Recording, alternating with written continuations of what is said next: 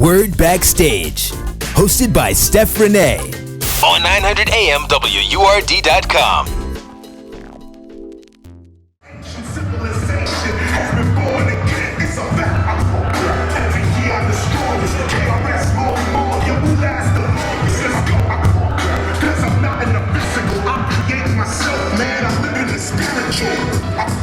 Through the cycles of life. If you've been here once, Hi, I'm Dr. Campbell Jr., one of the curators of this exhibit called Dust and Dignity.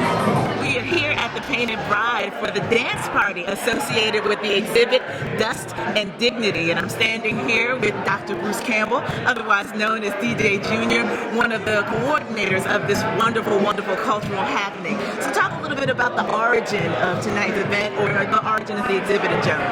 Sure. So I came up with the idea with my friend Angie. Figuring out social justice going on in the United States, and we thought, what is the artist community doing in Philadelphia about it? So I thought I'd contact some of my DJ friends and come up with the idea of picking albums, either the music or the artwork that inspired social justice for them. They were restricted to 20 albums, and then we thought we'd put it on display. I had my boy little Dave Adams, do a mix that is also tied in with the exhibit. And then tonight is the culminating of this month-long exhibit where we're going to have a panel. We have a short film that we're going to show sort of behind-the-scenes interviews of each of us talking about a couple of the albums that we selected to have it all come together. Nice. And so as we were walking around, we heard a little something about how international this phenomenon has already become. Yeah, so last week I was actually in London with my class, one of my classes from Arcadia, and a friend of mine, Alexander Nutt from Igloo Records, stopped me and asked me if I knew about this exhibit that's going on in Philadelphia, and I was like, yeah, what's it called? And he's like, Dust and Dignity. He's like, I'm following it on social media. I was like, yeah, it's mine. And he's like, what do you mean it's yours? I was like, so I'm showing him my phone, and I'm like, yeah, these are pictures from the gallery. He's like, oh wow, like this is crazy. So it was interesting because you never know who's sort of following you or who's paying attention to the stuff that you're doing. So for me, that's important because you want to make sure that you're always doing something positive, right? So sort of it shines out to other people.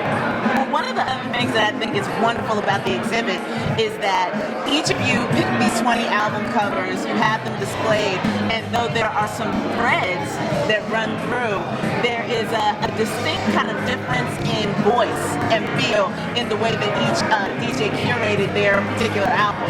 Absolutely. So what we did was, and you'll see them on how they're displayed too, it's like, I think you can sort of tell based on which DJ picked what. Like, you're like, oh yeah, that makes sense for Rich to pick this, Rich Medina, or for King Bear to pick this, or Junior to pick this. But even the way that they're displayed, we let them decide how they want it displayed and in what order. Okay. So it really worked out like nice, I thought, because it shows sort of the differences, but then yet similarities that we all have around this thing called music. Right. So do you want to cheat up for us just a little bit? I mean, I know you're going to have a conversation about this later, but in terms of your 20, if there's anyone that, even given the last couple of months that you've been fundraising and putting this up, if there's anything that jumps out at you now about how relevant it is given what we're going through in modern day society. Wow, I haven't really thought about that, but I think probably one off the top of my head is Public Enemy's Do the Right Thing. Just because, again, I think of myself, like, anything that I'm doing, I don't know who's looking at it, and I want to make sure that it's leaving a positive message, especially becoming, a new father. I want to make sure that I'm leaving some sort of legacy. So it's important to me to always sort of do the right thing. You sort of learn that from your parents, right, and stuff like that. So that's probably one that sticks out for me. But then also the flip of that is the music and the message, the video from Public Enemy, right? It's so powerful. So it's like it all sort of comes together. Beautiful. Well, we are glad to be here.